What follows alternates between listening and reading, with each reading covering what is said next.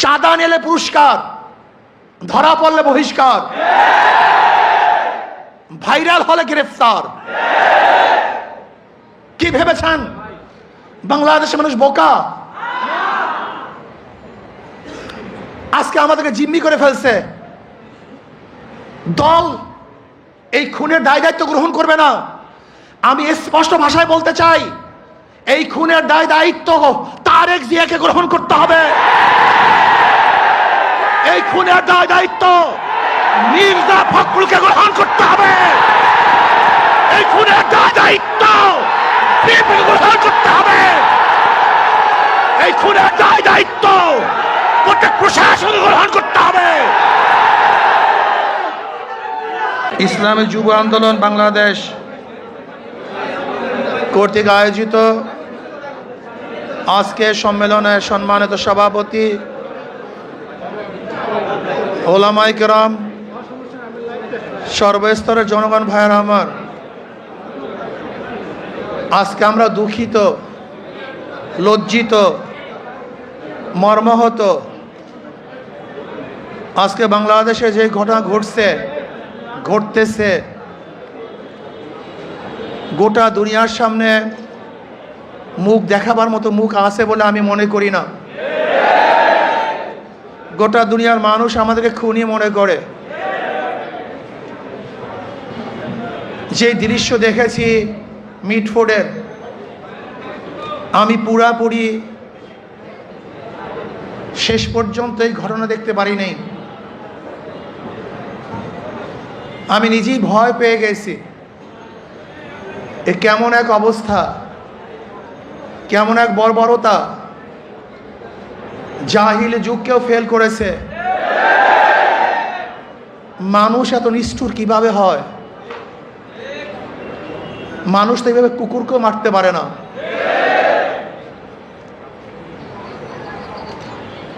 কয়েকদিন আগে ভোলা তজুমুদ্দিনে স্বামীকে বেঁধে রেখে গণহারে তার স্ত্রীকে ধর্ষণ করেছে। বগুড়ায় মেয়ে বিবাহ দিবে না, শুধু এতটুকুর জন্য তার বাবাকে হত্যা করেছে।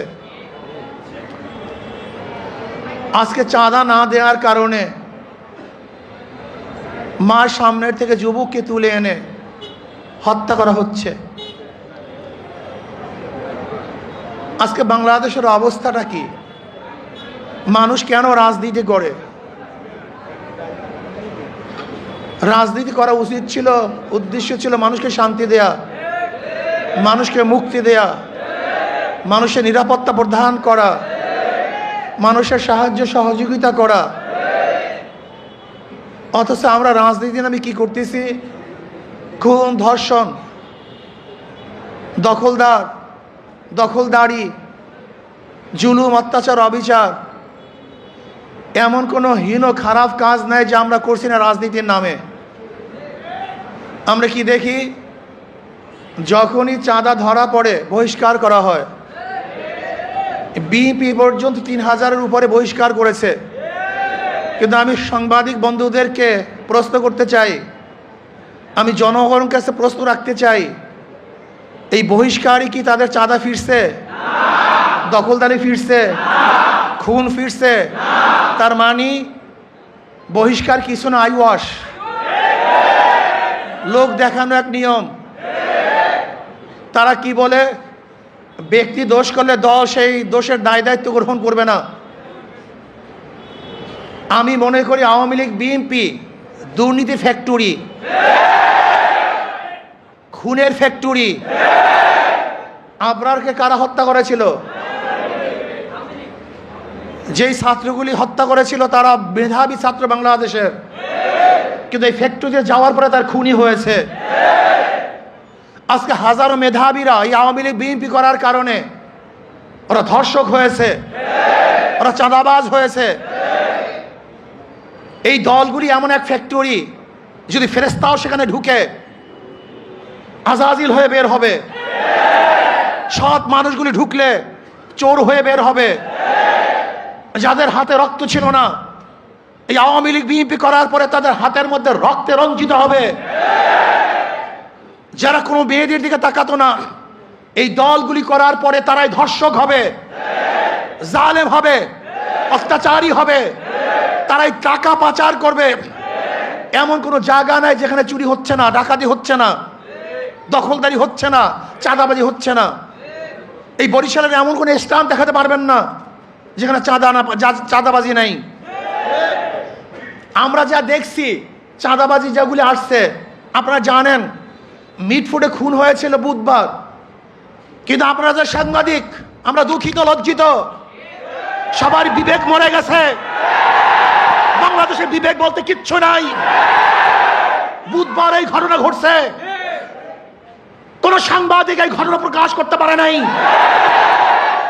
অথচ সবার মাঝে এই ঘটনা ঘটেছিল। নাই একজন বাংলাদেশের সাংবাদিকের ঘটনা প্রকাশ করার মতো, নাই একজন পুলিশ কেস গ্রহণ করার মতো। আজকে এই মামলার যে বাদী, একজন মহিলা, তার সন্তানে খেয়েছে, এই যে তার সন্তান, সোহাগ মামলার এই বাদীর ছেলে, তার নিজের মুখে শুনেন মামলা দেওয়া হয়েছিল, কিন্তু পুলিশ মামলা গ্রহণ করে নাই, পুলিশ তার মামলা গ্রহণ করে নাই।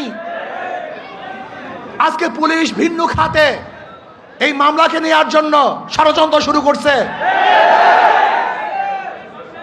সব জায়গায় চাঁদাবাজি, শরিয়াতপুর বাস সব বন্ধ, শুনলাম আজকে তাদেরকে বহিষ্কার করা হয়েছে।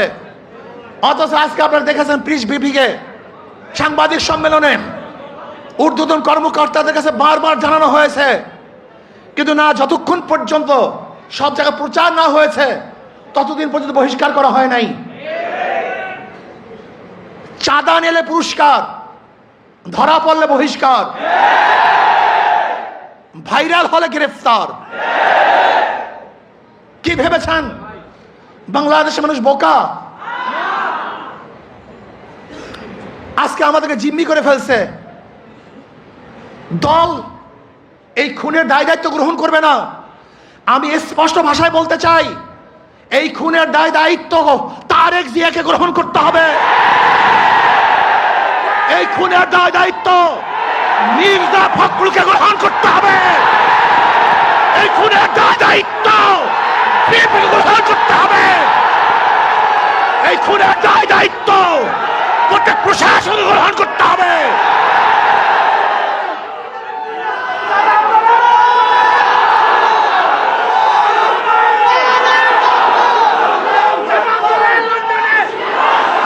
শোনেন,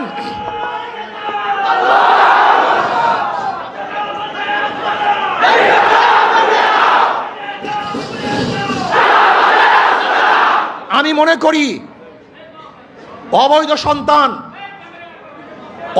সন্তান জন্ম হওয়ার আগেই তার মৃত্যু কামনা করে। আজকে বিএনপি ক্ষমতায় যাওয়ার আগেই তার পতন কামনা করে বাংলাদেশের মানুষ চায় না এই চাঁদাবাজ, দখলদার, খুনি, ধর্ষক, জালেমের গোষ্ঠী বাংলাদেশের মাঝখানে বসুক। বাংলাদেশের একজন মানুষ চায় না। আমি ঘুমাতে পারি নাই, ওই দৃশ্য দেখ, আল্লাহর কসম, আমি শুধু ওই দৃশ্যই আমার চোখের সামনে ভাসছিল। আমি বিশ্বাস করতে পারি নাই মানুষ শুধু জালেম কিভাবে হয়, এত অত্যাচার কিভাবে হয়। জালেমের গোষ্ঠী, খুনির গোষ্ঠী। শোনো, এক আবু সাইদের হত্যায় আওয়ামী লীগের মাসনাদকে ধ্বংস করে ফেলেছে। লিখে রাখো, 100 হত্যায় বিএনপির মাসনাদ তসনাদ হয়ে গেছে।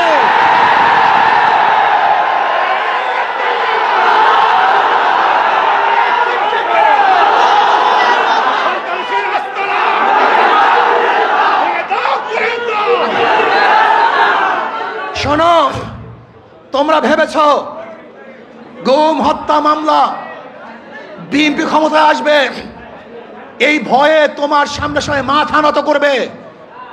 শিয়াল মাথা নত করতে পারে, ইঁদুর তোমার সামনে মাথা নত করতে পারে, লুবিরা তোমার সামনে মাথা নত করতে পারে, দুর্নীতিবাজরা তোমার পায়ের মধ্যে তৈল মাধ্যম করতে পারে। অবৈধ ক্ষমতা যারা স্বপ্ন দেখে তারা তোমার সামনে গিয়ে মাথা নত করতে পারে, কিন্তু বাঘ তোমার সামনে মাথা নত করবে না, সিংহ তোমার সামনে দুর্বল হবে না, আদর্শবান ব্যক্তিরা তোমাকে কোনো অবস্থাতেই পছন্দ করবে না। ভাইরা আমার, আমি মানুষের বিবেক দেখছি। এই ঘটনা ঘটাবার পরেও বিবেকবান মানুষ যারা নিজেদেরকে শিক্ষিত দাবি করে, ওরা কিভাবে বিএনপি আওয়ামী লীগ করে আমার বুঝে আসে না। ওরা শিক্ষিত নয়, ওরা জ্ঞান পাপী। জ্ঞান পাপী ছাড়া এই দুর্নীতিবাজ ধর্ষক খুনিদের সাথে কোনো মানুষের সম্পর্ক থাকতে পারে না। আমি মনে করি এই আওয়ামী লীগ বিএনপি যারা করে তারা সবাই ধর্ষকের সমর্থক, খুনের সমর্থক, চাঁদার সমর্থক, দখলদারি সমর্থক। কোন ভদ্র মানুষ যাদের মধ্যে ভদ্রতা আছে, আদর্শবান যারা আদর্শ লালন করে, যারা জাতিকে মুক্তি দিতে চায়, এই বাংলাদেশকে গোটা দুনিয়ার সামনে উঁচু করতে চায়, তারা কোনো অবস্থাতে আওয়ামী লীগ বিএনপি করতে পারে না। আজকে আমরা বিবেক হারা হয়ে গেছি। যারা সাংবাদিক তারা বিবেক হারা, যারা বুদ্ধিজীবী বিবেক হারা, যারা প্রশাসক বিবেক হারা। এই বাংলাদেশকে নতুনভাবে করতে হবে, মানুষকে আদর্শবান করতে হবে। আমাদের উপায় নেই, পচে গেছি আমরা, আমরা দুর্গন্ধযুক্ত, আমরা নষ্ট। এদের সাথে যারা মিলবে তারা দুর্গন্ধযুক্ত হয়ে যাবে, এটা সংক্রমণ ব্যাধি হয়ে গেছে। এই দলগুলির মধ্যে যারা থাকে, যারা আসছে, একজন ভালো আদর্শ নিয়ে বের হতে পারে নাই। আমার যুবক বন্ধুকে বলবো, আদর্শবান হও, নীতিবান হও। এই দেশকে বিনির্মাণ করতে হবে, এই দেশকে গড়তে হবে, মানুষকে আশ্রয় দিতে হবে, জুলুম মুক্ত দেশ করতে হবে, চাঁদা মুক্ত দেশ করতে হবে, সন্ত্রাস মুক্ত দেশ চাই। সেই দেশের মধ্যে সন্ত্রাস থাকবে না, চাঁদাবাজি থাকবে না, জুলুম থাকবে না, অত্যাচার থাকবে না, অবিচার থাকবে না, আমার মেয়েরা ধর্ষিত হবে না, চাঁদা দিয়ে কার ব্যবসা করতে হবে না। এরকম দেশের জন্য চেষ্টা করো, সাধনা করো। ইনশাআল্লাহ ইসলামী আন্দোলন বাংলাদেশ পারবে এই দেশকে একদিন শান্তি দিতে, মুক্তি দিতে। আলহামদুলিল্লাহ ইসলামী দলগুলো ঐক্য হচ্ছে। আশা করি ইনশাআল্লাহ যদি ইসলামের নামে একটা বাক্স আমরা দিতে পারি, তাহলে বেঈমানরা বুঝবে, খুনিরা বুঝবে, ধর্ষকরা বুঝবে, চাঁদাবাজরা বুঝবে কত ধানে কত চাল। বারবার ঘুঘু তুমি খেয়ে যাও ধান, এবার ঘুঘু তোমার যাবে যে প্রাণ। বারবার বাংলাদেশের মানুষকে ধোঁকা দিয়েছ, ৯-৬ বুঝিয়ে ভোট গ্রহণ করেছ। এবার বাংলাদেশ সচেতন হয়েছে, কোন চাঁদাবাজদেরকে আর মানুষ ভোট দিবে না। যারা বিগত দিনে দুর্নীতিতে 5 বার চ্যাম্পিয়নশিপ লাভ করেছে, যারা অবৈধ নির্বাচন উপহার দিয়েছে, যারা চাঁদাবাজি করার কারণে দেশ থেকে মানুষ বিতাড়িত করেছে, দ্বিতীয়বার তাদেরকে মানুষ আর ভোট দিবে না ইনশাআল্লাহ। চাঁদাবাজের বিরুদ্ধে ঐক্য হবে তো ইনশাআল্লাহ, চাঁদাবাজের বিরুদ্ধে সবাই ঐক্য আসিতে ইনশাআল্লাহ। যখন যেই সময় ডাক দেওয়া হবে চাঁদাবাজির বিরুদ্ধে আমরা ঝাঁপিয়ে পড়বো ইনশাআল্লাহ। আল্লাহ আমাদের সবাইকে কবুল করে নেন।